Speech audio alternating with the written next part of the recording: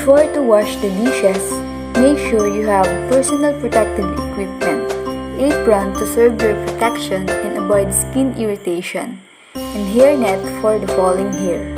Steps on how to clean and sanitize kitchen tools and equipment. So let's start! Step number 1.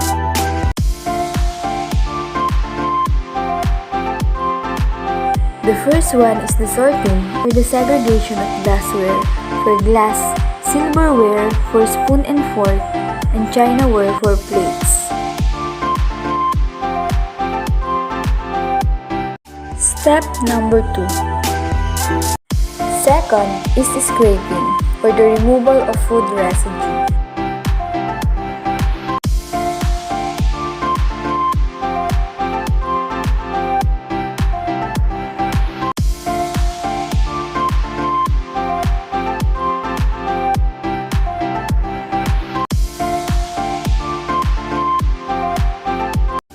Step number 3. Third is washing, using cleaning solution like detergent or any dishwashing liquid. In washing the dishes, you need to wash the lightest soiled item first, or glasses or cups, then followed by the plates, bowls, and serving dishes.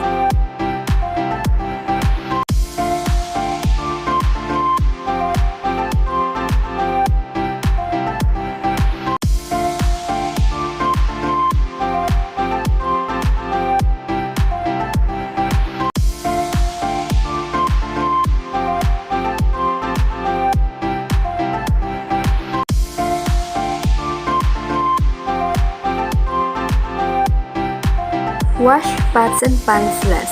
You have to soak them first while you are washing other dishes. If anything was burned or do not overcook, put a little soap and water to it. Wash them thoroughly and wash the bottom of the pots. Make sure that you wash the dishes properly.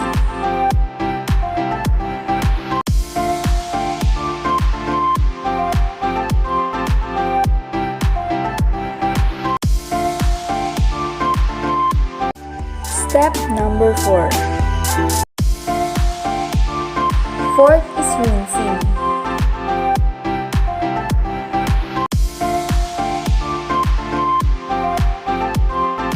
You may rinse the dishes 2 to 3 times to surely remove the dishwashing liquid you use.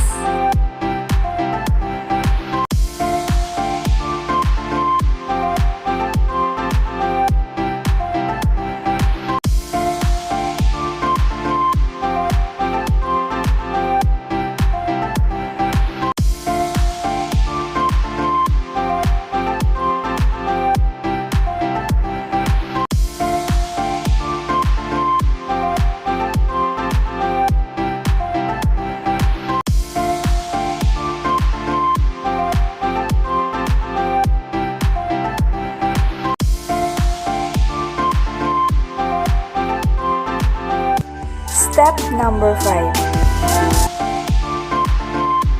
Fifth is sanitizing or final rinsing. In sanitizing, you may use hot water. Step number 6. Lastly is drying. Let the remaining liquid spill from the dishes, and once it is dried, bring them in your storing cabinet.